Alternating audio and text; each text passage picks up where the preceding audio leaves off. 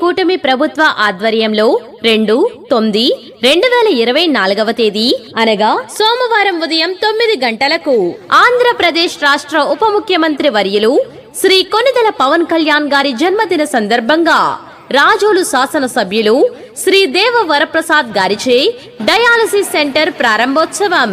మన రాజోలు చుట్టుపక్కల గ్రామాల కిడ్నీ వ్యాధిగ్రస్తుల ఆకాంక్షను నెరవేరుస్తూ రాజోలు కమ్యూనిటీ ఆరోగ్య కేంద్రమునందు మన రాజోలు నియోజకవర్గ శాసన సభ్యులు శ్రీ దేవ వరప్రసాద్ గారిచే డయాలసిస్ సెంటర్ ప్రారంభించబడుచున్నది.